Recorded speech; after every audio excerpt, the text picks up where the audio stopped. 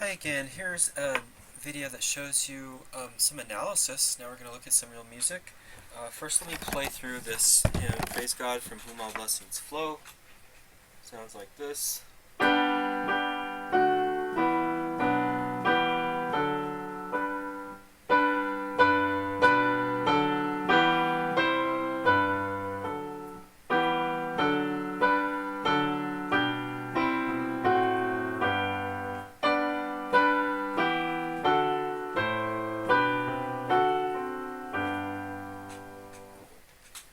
Okay, a pretty old hymn coming from the 16th century, as you can see there below.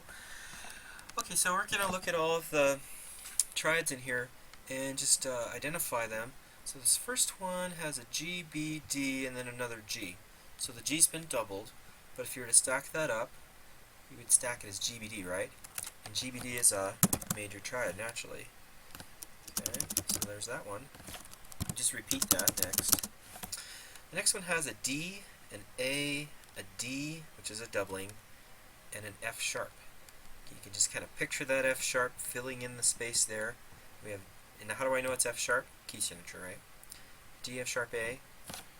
D, F, A is minor. D, F sharp, A is major. Okay, going on to the next one. We've got an E and a G and a B and then another E. So E, G, B, if the B was right there, you could see it as an E triad, which is E minor naturally, right? So I'm going to have that be an E minor triad. Okay, the next chord has a B and an F sharp, and another B, we can ignore it, and a D. The D is going to fill in that gap right there. B, D, F sharp. B, D, F is diminished, but now I'm raising that F sharp, so it's making it minor. Raise the fifth of diminished and it's minor. Let me save myself some time now and notice I've already done this chord. Now I've got two G's instead of two E's, but it's still an E minor triad. This one, I've probably done most of them now, so we're going to be repeating the same chords. D, F sharp, D, A. D, F sharp, A is major, D major. G, notice I have two G's here. I have a G going up and a G going down. One for the bass, one for the tenor. Then a D and a B. That would stack up as GBD, G major triad. We repeat that very same chord. This is almost exactly the same chord, we just had the bass drop down an octave, so once again, it's repeating. Oh, here we go. B, G, D, B. So what's the root in this chord? It's not the B. How'd that stack up? G, B, D, right?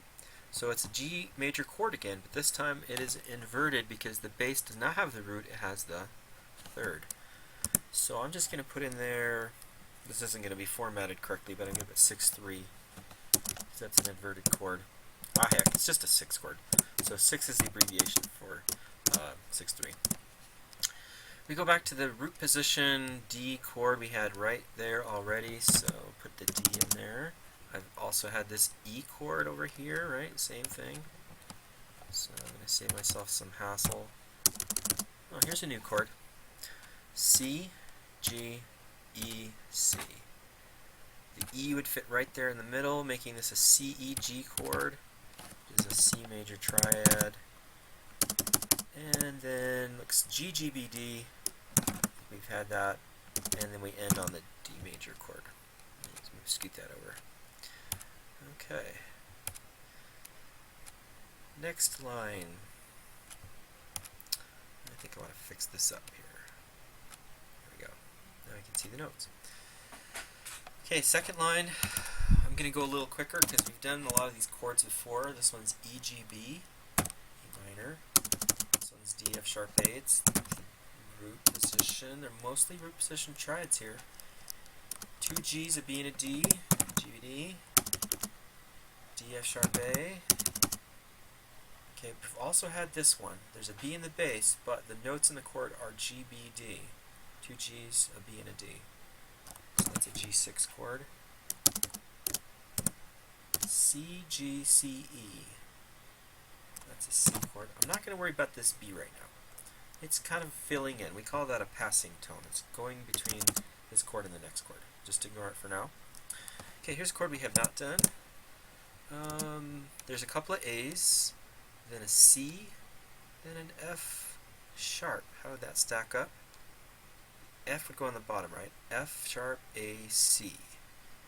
F sharp, A, C. What's the quality of F sharp, A, C? It's an F sharp diminished. And it's inverted also because the F sharp is the root, but the third is in the bass, so it's F sharp diminished 6. Okay, that's kind of a tricky one. That leads nicely just to another G, B, D chord, and then another G, B, D, D chord. Okay, G, G, D, B, just the same chord in different spacings and using different doublings. Okay, this looks a little different. E, B, E, G. E, G, B stacks up as E minor. D, D, F sharp, A. D, F sharp, A. The D major chord. A, E, A, C. That would be A, C, E, right? If we stacked that up. We haven't had this one before. A, C, E is minor. So A minor chord. Okay, and then we have B, D, G, B. So where's that going to be? G would go at the bottom, right? G, B, D. G, B, D. So it's another G chord with a B in the bass, which is the third, so a G6. I'm going to ignore this passing C again. It's just filling in melodically. And we got a couple more chords. D, D, F sharp, A. That's a D chord. I'm going to ignore this passing C for now. Could be a 7th, but we're ignoring it for now. And then we end on a G chord. Notice how many we have lots of G's. Why would that be? Because it's in the key of G, so there's going to be a lot of G chords. And the next most common chord, as you can see, is the D chord, which is, in this key, the dominant, right? It's the chord that occurs on the dominant scale degree 5. Those are the two most crucial harmonies. Alright, so there are the triad types that happen in this piece. On Monday, we're going to revisit this piece and change these to Roman numerals. Okay, so you have that to look forward to. Alright, that's it.